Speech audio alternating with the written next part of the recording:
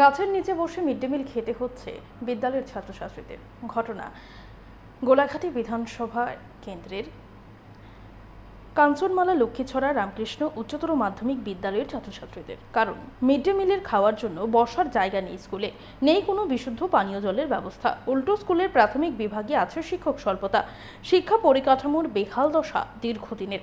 কিন্তু এই বেহাল অবস্থা পরিবর্তনের কোনো উদ্যোগ নেই। সোমবার সকালে সাংবাদিকরা স্কুলে গেলে যাবতীয় বিষয় ছাত্রছাত্রী এবং অভিভাবকদের বক্তব্যে উঠে আসে। আমরা শুনবো ঠিক কি জানাচ্ছেন তারা।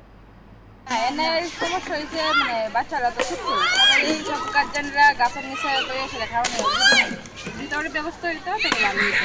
কারণ লেখা কোনো সময় বৃষ্টি এলো, হঠাৎ রোদ্র অনেক সময় উঠে ঘরের একটু পাঙ্খা বা লাইটটাও বাচ্চারা বইয়ে খেতে পারলে আলো আর বিশেষ করে জলটা তো সবাই বাচ্চারা নিয়ে এর মধ্যে সব খেয়ালা ফিল্টারের জলটা সুবিধা হইতো ভালো করে থাকে।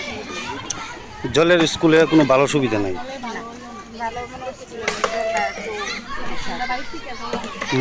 টিচার কি পর্যাপ্ত পরিমাণে আছেন স্কুলে?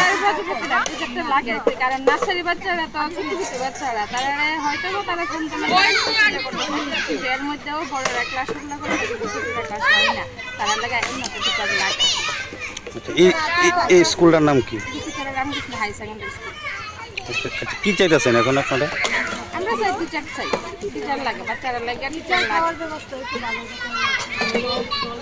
লাগে যা খাওয়ার লাগে, জায়গাটা লাগে, এটা তো গাছের নিচে বয়স না বা আলাদা জায়গা নাই, বাচ্চারা কেমনে কি করে, জল নাই, খাওয়ার নাই, গাছ তোলে খা বাচ্চারা সময় একটা পুকো মরতে পারে বা কিছু দাদা দিতে পারে, বাচ্চারা অসুবিধা হচ্ছে না।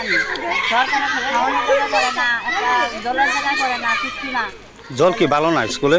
জল এমনি ভালো না বলতে খাওয়ানোর জল নাই, আমরা বাচ্চারা জল দিয়ে ভালো না, কিছু না। তাহলে আমরা বাচ্চারা কই যাই, কই দিতা করি। হ্যাঁ, স্কুলটার নাম কি এটা?